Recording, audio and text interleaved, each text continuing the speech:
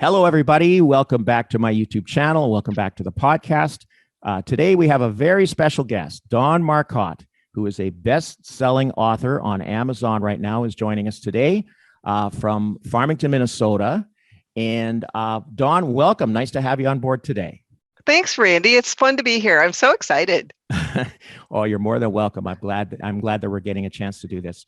Dawn, your book, which I just finished reading, is called Success Guaranteed: 9 Lies Online Entrepreneurs Need to Know. And it's a great book. Like I say, I just finished reading. It's concise. It's well written. Oh, thank you. Oh, no problem. It's about 100 pages.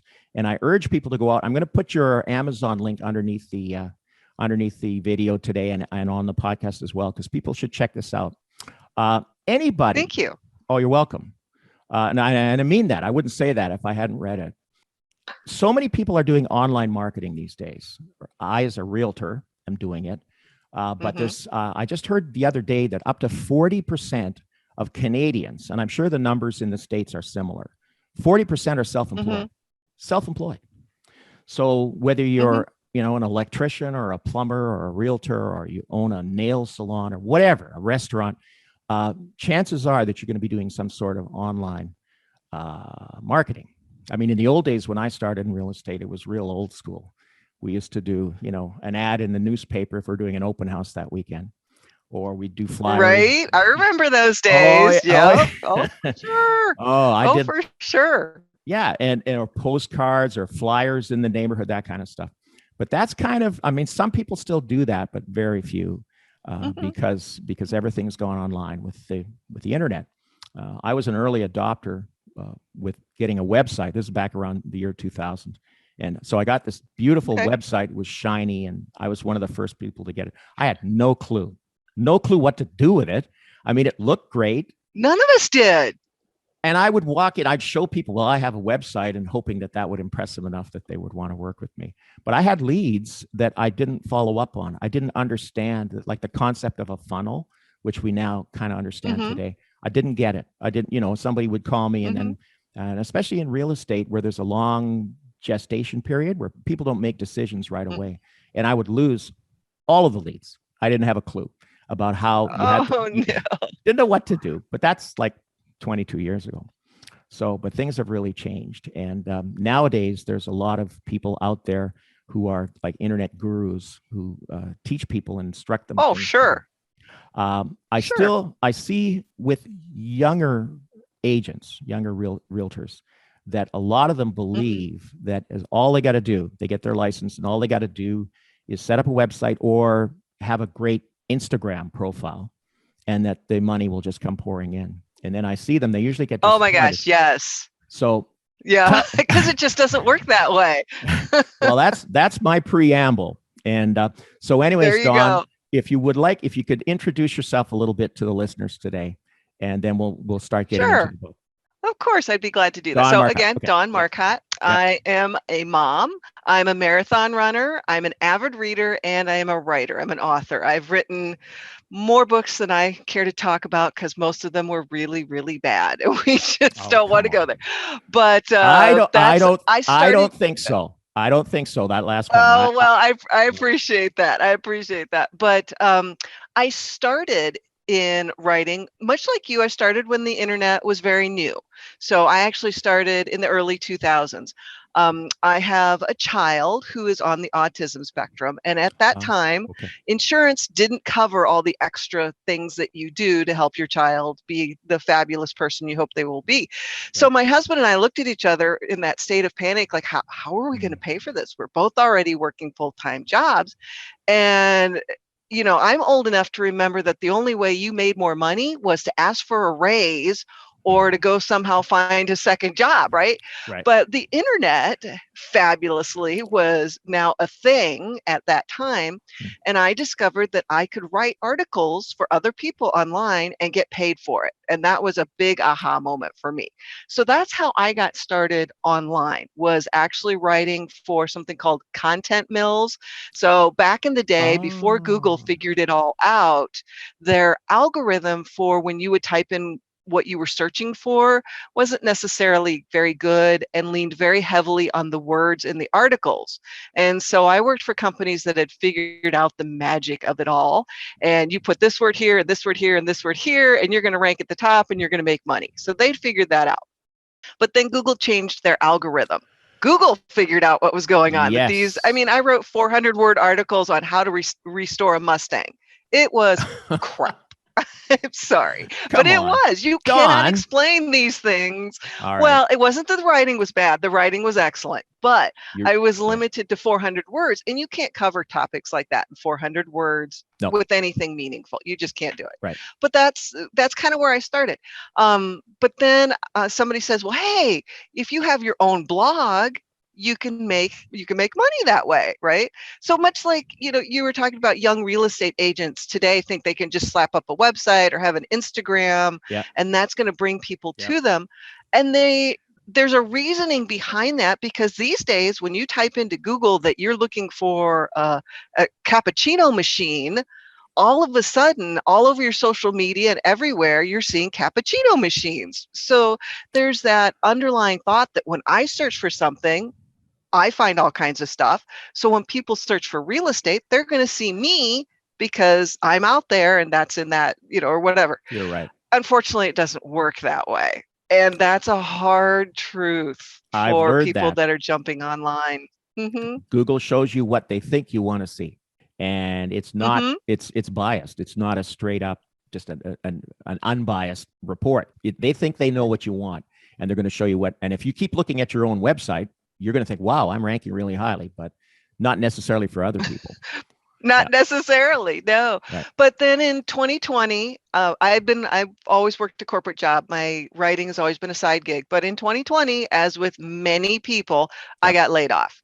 Oh, sorry And to hear my that. husband had been laid off too. Well, it all worked out. I'm working again, so it's all good. But you have that, as a parent, you have that moment of, oh my gosh, neither one of us are working. How am I going to feed my kids? Yeah. What do we, that panic.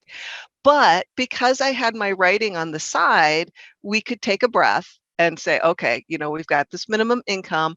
How about I see if I can't grow it into a full-time something so we just don't have to worry about it. I went out there and I started doing all the things that you do, and I kept running into people who were also trying to build businesses, but had either just given up or were on the verge of giving up. Because it was hard, and they didn't know what they were doing. They were overwhelmed, and they felt somehow that it was their fault. Why can't I figure this all out? So I kind of got this aha moment. I should write a book and help these people, because I'll be honest, I really believe that the internet is the great equalizer. It doesn't matter what kind of background you have, what education you have, what financial level you're at. It just doesn't matter. If you have the passion and the patience and are willing to learn and stick with it, you can make a living online. But you're not going to do it in 30 days or 60 days or 90 days. I interviewed over 25 entrepreneurs for this book. So it's not just my information, it's a whole bunch of people. Yep. Everywhere from been in business to a year, all the way up to multiple businesses, brick and mortar, been in business over 30 years. So a whole range of people, right? And without exception, they said it took them about a year to put all the pieces together for an online business. Now, that doesn't mean they were making a living within a year either. It just means that they'd figured it out and were able to say, okay, this month I made $1,000 and next month I'm going to make $1,000. And, and it's steady, and I can predict what's going on and what's going to happen. Dawn, I could tell you it took me longer than a year. So I must be a slow learner. It took me a very long time.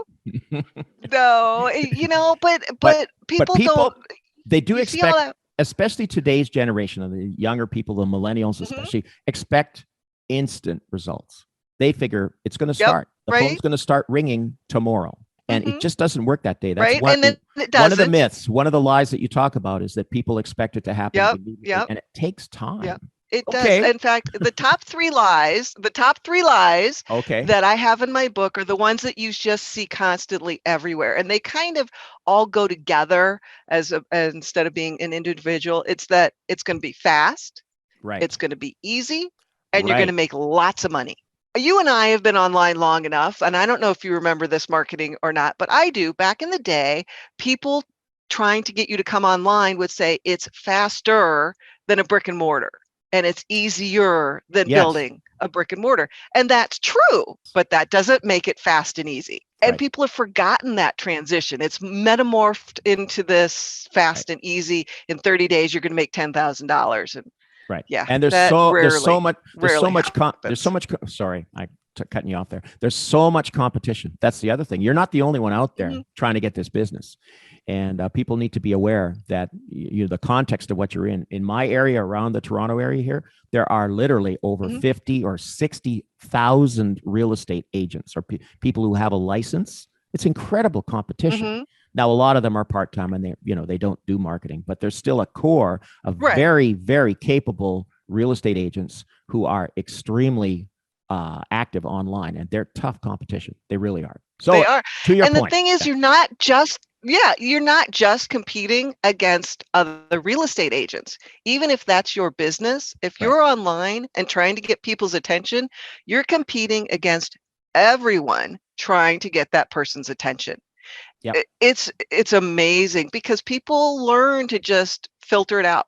I don't even see the ads on Facebook anymore because I've just learned I don't even look at that. I just filter it out. Me too. So it doesn't matter how many times you're trying to poke me. I'm probably not going to see it unless it's something I'm specifically looking for. Exactly. And people don't understand that. They don't realize that if you post every day, that doesn't mean that everybody sees what you post every day. 10% of your people might see it. Maybe more, maybe less. It varies. But Facebook is another mystery that I don't quite understand. They change their algorithm too all the time. And again, you may think you have a lot of friends or a lot of followers on Facebook, but just because you post something, they may never see it. It may not come up on their feed at all. And people need to be aware of that. Yeah. Okay. So the top three myths. Okay, that it's fast, that it's easy, and that you're going to make a ton of money right away. Those absolutely true. Okay, you got me on that. And well, and I got you. Well, and part of the reason I just want to mention one more thing. Part of the reason that is those three are such a big myth is because it's a marketing tactic. So there are lots of coaches and other people out there who spend a lot of time saying, "Hey, I have this process and I made this much money in this many days. Who wants in?" And I'm not saying it didn't work that way for them. Maybe it did, but you don't know how long they've been in business. If they've been in business as a real estate agent for 10 years and already have, a pretty good handle on things, then that might be able to work for them. But if you're brand new, that process might not work for you because you don't have the same skill set. You don't have the same knowledge, whatever. But you see it over and over and over and over again. You start thinking, oh, well, that must be the way it works. What's wrong with me? Why can't I figure it out? Why isn't it happening for me? That's so true. I mentioned Instagram earlier. That's a platform that I still have trouble understanding. Honestly, maybe I'm too old. Maybe I'm old. Me too. I mean, it's visual. It's pictures. But I still don't quite get it. I mean, we can do a video or a podcast where we're providing value to the public. That part I understand. That part, but and yet you talk to younger people, especially if they're under 30, man, Instagram is where it's at. That's where they are. Or TikTok. God, don't even get me started on TikTok. I mean, we last summer, we did some tests. I posted 6 videos on TikTok just with my phone. I got out of the car and took some little short videos of construction projects for condo projects. Okay. And we posted them just as a test. The interaction was through the roof. I couldn't believe it. And they were like, there was noise, like wind noise in the background, and they were, jittery, and they were just terrible quality. And yet they blew up. And I talked to this guy who helps me with social media. I said, well, wow, this one had like 4,000 views and it's nothing. It's just a junky video.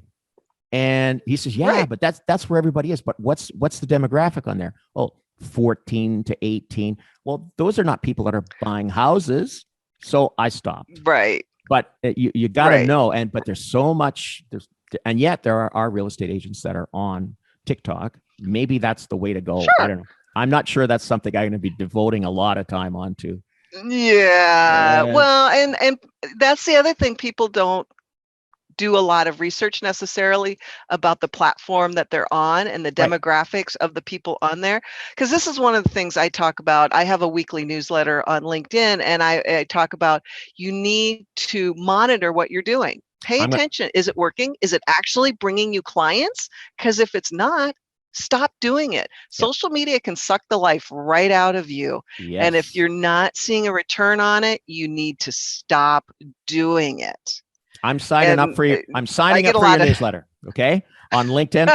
I haven't done it yet, but I will. On LinkedIn. Yeah. LinkedIn. Well, it's called, LinkedIn is a great place. I love LinkedIn. Me too. It's where it's a B2B platform. There's lots of studies out there that show that the people that are on LinkedIn have higher incomes, spend more money, blah, blah, blah, things like that. So, that's a really good place to be as a realtor. But Facebook is kind of considered the B2C platform for a lot of people. So if you're direct to customers, anyway, there you go. I can talk social media all day long. If a young entrepreneur came to you and said, what should I do first? Should I create a website or should I focus on social media? What would you advise them to do? To be honest, I would probably ask them, well, first of all, I'd want to know, is it a service or is it a product? Younger people would probably do better focusing on social media, just because if that's their demographic that they're trying to reach. Yeah. But it's a tough call, because a lot of people, if you don't have just a basic website and they look you up and you don't even have that, they're not going to do business with you. Oh boy. You've just touched upon the number one thing that when people first meet you, I don't care what business you're in. Okay. You're operating a hair salon. Okay. The first thing they're going to do is they're going to Google you, and they're going to look for online social proof, reviews, or testimonials. That's the number one thing, because there's so much. You talked about earlier, we get bombarded with so much spam all the time. You could say you're the greatest hair salon in the city, but everybody says that. So people are looking for social proof. They're looking for real people who've reviewed you. And I think that's probably, at least in my business, that's the number one thing that people look for. I Googled you. Yeah. Oh, for sure. I checked you out. Oh, okay. You got it. I'm not sure. No, you came up 5 stars, but isn't that did the I? truth? Okay, good. Yeah. Yeah, it's very true. Yeah. So you got it. So it's an interesting thing. And that's a very good point that you say, well, this person doesn't have a website, or this company doesn't have a website. Right. It's kind of a red flag, not necessarily 100%, but it's kind of a red flag. It can be. There are ways around it. If you have a Facebook business page, I've seen companies do that instead of a website. And depending on the company, sometimes that works even better, because you have that real-time social interaction. If somebody leaves a message on your Facebook page, and if you have a habit of checking it regularly, you're going to see that right away. Yeah. Whereas if they visit your website, you might have a contact me, and they send you an email, and it's a little bit longer process. So, that might not be as good. But I've seen some businesses be very successful with, especially locally focused businesses, be very successful with something like a Facebook page or a LinkedIn page to direct people to. So there's lots of ways to do it. And we are so blessed. We're so lucky right now to have the internet, because, most of it's free. A lot of it is free. Yeah. And it's worldwide. I mean, I've got people calling me from all over the place. I'm sure you do too. How could you do that without the internet? You couldn't. It would be almost impossible, right? Or very expensive. If you're running ads in a magazine or something, forget it, Right. Yeah. I remember my dad owned his own business for 30 plus years. And so I grew up with kind of that entrepreneurial mindset anyway, but I saw, how he labored over his direct mail campaigns where he would send letters and things like that. And it's so much easier today to just, type up an email and send it out to 4,000 people. And it's, you can do it for free if you're doing it in a particular way, or almost free. And it's just I have one, but it is pressure every month. It goes out once a month. Maybe I should do it more than once a month, but it's always pressure. And at the end of the month is coming up, and it's like, oh my God, what am I going to do this month? What am I going to post about? So I find it's always a stressful time towards the end of the month, but it reaches people. It touches them. It's that touch point. Going back to when I had the original website back in 2000, I didn't understand that idea that you have to keep in touch with people. You must, because they'll forget you. They'll forget you a week from now. They don't. Who was that person? Oh yeah, I can't remember his name, but whatever her name. It's they forget. You have to keep that dialogue, even if it's just a simple newsletter going out, I think. Right. Or even just a simple quote, just whatever you can do to engage them. Right. And really, that's the true power, I think, of social media that it has gotten a little bit forgotten. People have got swept up in the, I'm going to use this to find clients and get them to buy from me and things like that. Whereas if you just use it to remind your existing clients, hey, I'm still here. Yep. And touch base with them and keep regular contact, because really, ideally in business, you're getting clients from referrals and renewals. Getting new business is the hardest thing to do. When Dawn, you can get a constant you are influx of renewal. Yep. You are so right. Absolutely. Past clients and referrals are the name of the game. They're already sold on you, and they haven't even met you, but they're already sold on you. Because their friend exactly, because their friend says, hey, I had this really good experience with Randy. Right. He's really great. You should go talk to him. Right. And that's the way it's supposed to work. People forget that. I mean, even simple things like I had to change my hairdresser. Oh my gosh. Where am I gonna, right? And it was this whole big thing, and I'm on Facebook going, okay, everybody, I need some input. Who do you use, right? Just something simple like that. And when you think about the receiver of that, the hairdressers, how many of their clients do they reach out to regularly and stay in contact with? Probably not necessarily a lot.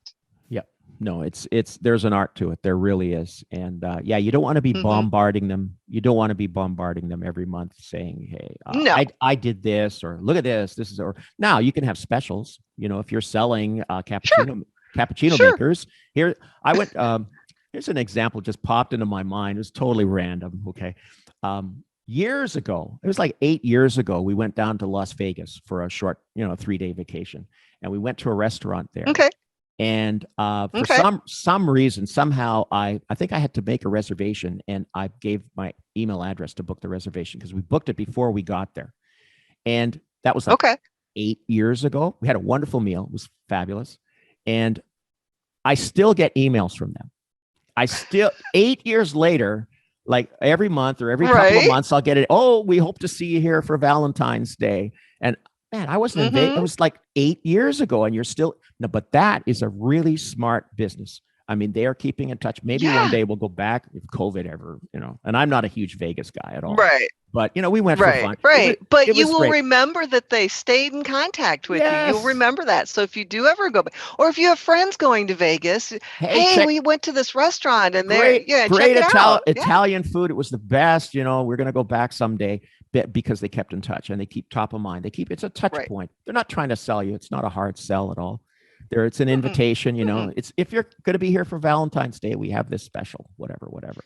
So that's right. Exactly. Instead of that, because we've all gotten on those lists where, you might read the first email because you did business with them. Right. But by the third day and the fifth email, you're like, no, leave me alone. Unsubscribe. It's just too much. Yeah. Unsubscribe and you're done. And that's it. So there is an art form to it. I don't know. I try to stick to usually a 4 to 5 1 ratio. So I'll do 4 or 5 contacts, hey, how's it go, whatever, and then 1, oh, by the way, have you seen this book, or oh, by the way, I'm running this special, or whatever, that kind of thing.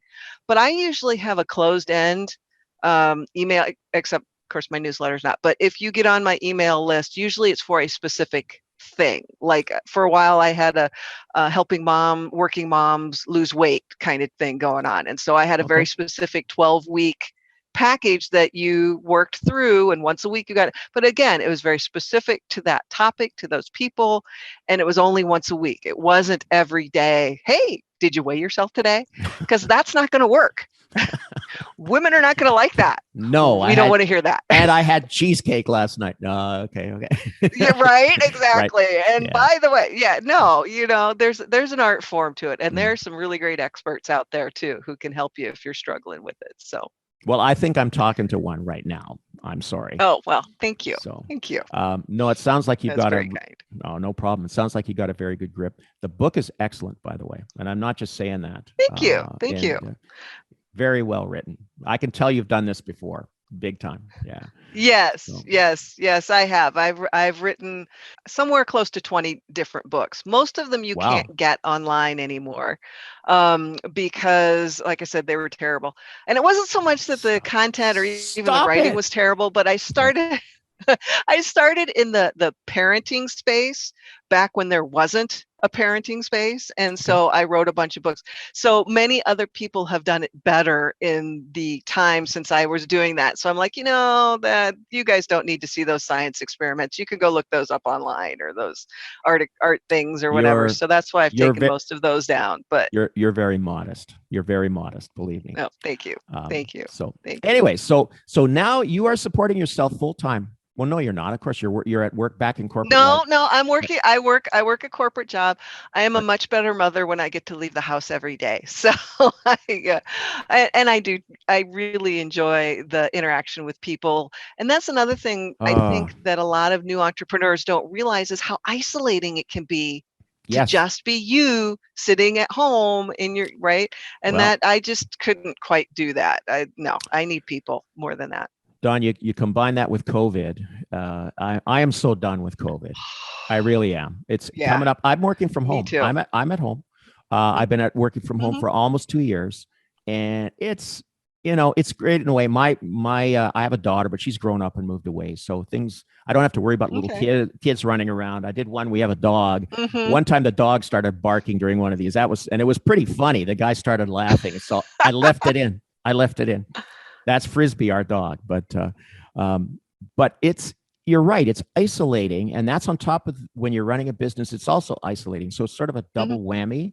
And we're sociable creatures. Human beings are sociable creatures. We need to be in the same room as other people and getting out. And so God bless you that you're back to work. I mean, it's great. Even if you could just talk to people in the office, it's a wonderful thing. It is.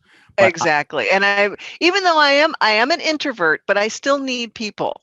I still need that daily interaction just for a few minutes, and then they can go away. And it works out pretty well because I'm an executive assistant. So it's not, once upon a time I was a receptionist, and that was just a little too much for me to be with the phones and the people and the whatever. But I love my job and I love the people I work with. So I'm very, very lucky in that way. Do you find that you're being torn in different directions when you're trying to do two different things? Or do you manage to balance that out? I don't. I have over many years learned how to balance that out. I'm a big believer in two things: batching and scheduling. So when it's time to create content, I have time scheduled on my calendar for those couple of hours or however long it is. And that's what I do for those couple of hours. And when it's not time to do that, then I'm not going to worry about it because I know it's on the schedule. If I don't put it on the schedule, then it's maybe not going to get done. And that's where things start getting stressful. So I have learned the hard way. No, you need to actually schedule the time for everything. So, I have no meeting days where I schedule, okay, I'm going to work on my content. I'm going to work on my marketing. I'm going to work on all those things that maybe aren't urgent, but they're still important. And if you don't pay attention to them on a regular basis, it starts to affect your business. But if you do, then it doesn't blow up to an emergency. It's not a big deal. So I have gotten to the point where I have, 1 day a week where I can focus on those things. And then I do something else. There are certain things in my business I absolutely hate doing. I am not a finance person. I do not like invoicing and billing and blah, blah, all that kind of stuff. So I spend 30 minutes Monday morning, every Monday, doing that because that's when I'm usually at my best. And I'm like, okay, if I just set the timer for 30 minutes, I'm only going to do it for 30 minutes, get as much done, and then set it aside for the week. And over time, I've gotten to the point where it usually only takes me 15 or 20 minutes because it's got that regular scheduled focus. Once I've done it, I don't have to worry about it for the rest of the week. And I don't have that little voice in the back of my head saying, Dawn, you really need to call those people and talk to them or whatever it is, right? It's done. I don't have to worry about it until next week. So it's pretty just obvious a little to tip me. There. You are a very organized person, and that's key when you're an entrepreneur or you're self-employed. So much. Because otherwise things just go sideways so quickly. And I really like the idea of batching. I've tried to do that actually with some of the social media stuff, and it requires discipline big time. It does. But a great idea. It and does. I know one guy, a very successful realtor, and he has those times where he's got a specific task. He won't even answer the phone. He won't. You can call him 100 times, texting. He's got it shut off. Like, forget it. For those 2 hours, he's busy doing what he's doing. And I respect that. That takes great discipline, I think. It does. It does. Wow. But it's very helpful. I agree. I agree. And these are things that you can learn from a coach, that you can learn through a book, or sometimes it's just through the school of life where you learn these things, that's how you got to start with them. Yeah. True. Well, although I encourage people to get coaches too. That's the other thing I think is so important that new entrepreneurs aren't maybe very excited about, because they think they can just figure it out from all the free stuff out there online, because there are a lot of coaches and people who give free seminars and things like that just to bring clients in, right? So you can get a feel of what it's like to work with them, and that's great. But 9 times out of 10, every one of those seminars I've ever been to, you get 3 sentences of helpful information and 2.5 hours of "I'm awesome. Come work with me." That's true.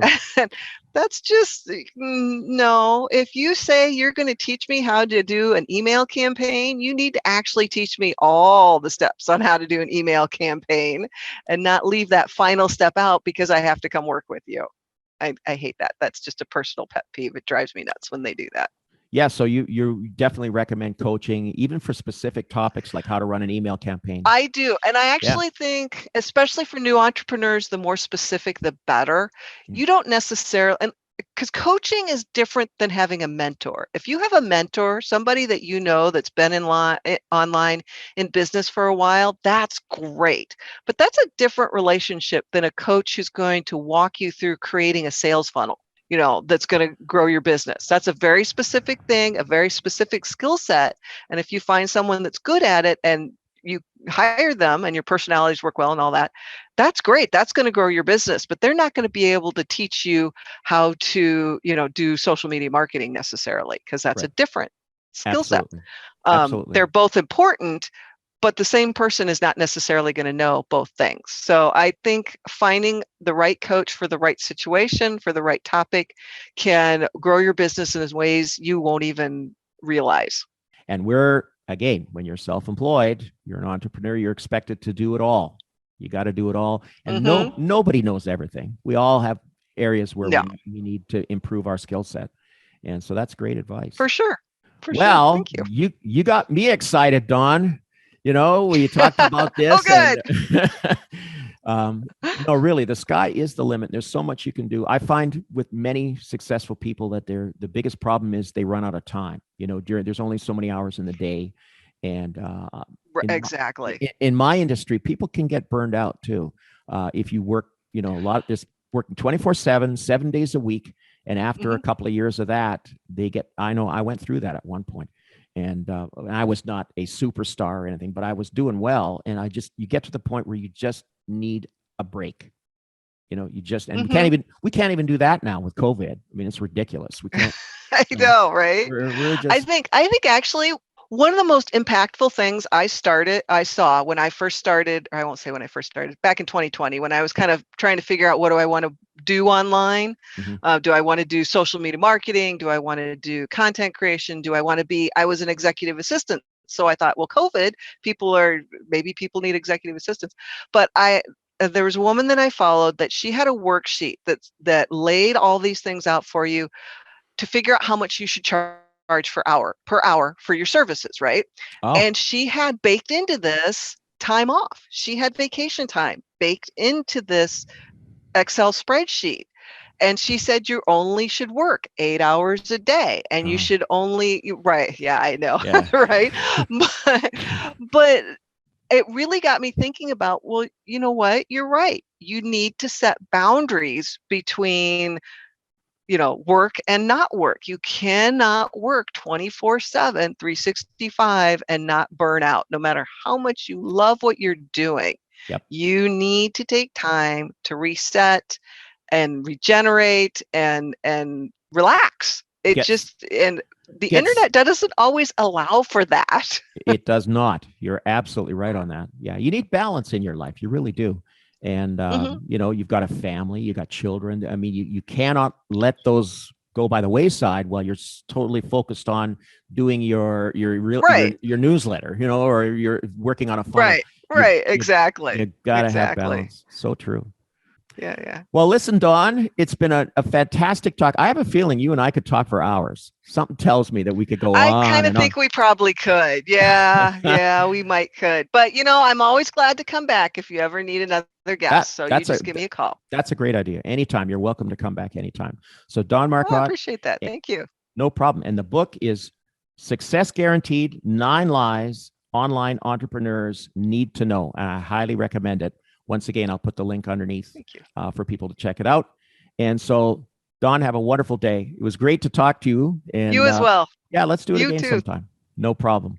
We will. Thanks, Randy. Okay. Have a great day. Bye now. You too. Bye-bye.